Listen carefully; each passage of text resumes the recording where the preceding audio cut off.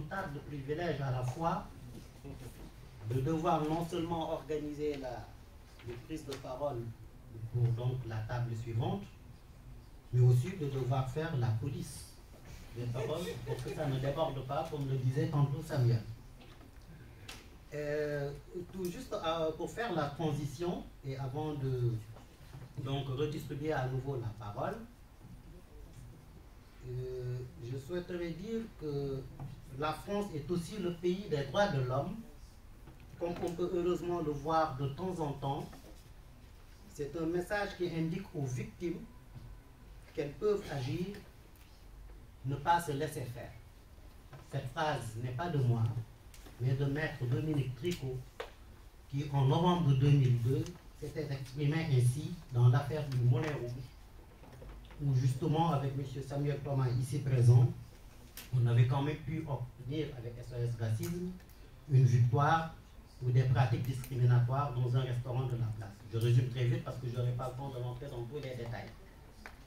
Et donc à cet égard, Samuel Thomas rappelait l'utilité des testings, parce qu'après qu'on ait pu avoir la preuve qu'il y avait des pratiques discriminatoires quant au recrutement d'un jeune Sénégalais, qu'on ne voulait pas donc prendre en salle mais plutôt en cuisine, que la méthode des testings ça marchait, que la personnalité de la société en question qui avait proposé sa candidature et qui avait dénoncé cette pratique-là aussi, que cette dernière personne avait eu un comportement louable et que désormais les employeurs devaient se le tenir pour dire qu'ils pouvaient être dénoncés à n'importe quel moment. Ça s'est passé, c'était il y a 20 ans. Aujourd'hui, on parle encore de ces problématiques de discrimination.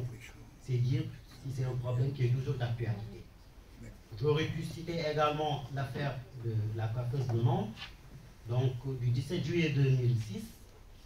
C'était à peu près les mêmes faits, où il y avait effectivement une personne de couleur noire, dont la peau était noire, et qui s'était vu refuser une embauche par un employeur qui avait estimé qu'elle était plus à l'aise avec les personnes de couleur blanche, qu'elle avait carrément assumé, et donc elle avait refusé de l'embaucher, et elle a été condamnée à cette même date, le 17 juillet 2006, justement pour des pratiques discriminatoires.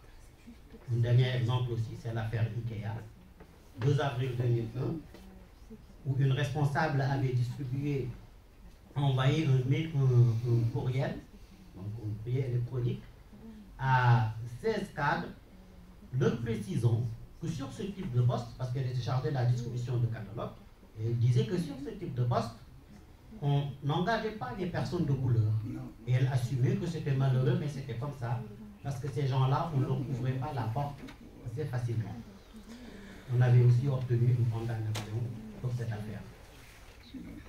Une fois que j'ai dit ça, je vais aussi préciser donc, pour aller dans le sens de ce qui a été dit jusque-là, que la lutte contre les discriminations dans l'emploi est une lutte qui, à mon sens, doit donc marcher sur 2 jambes. La jambe préventive et la jambe curative. On a parlé tantôt du contentieux, on va parler donc de la prévention.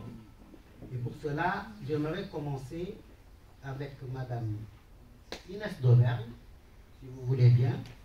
Donc Madame d'Auvergne est experte diversité et inclusion.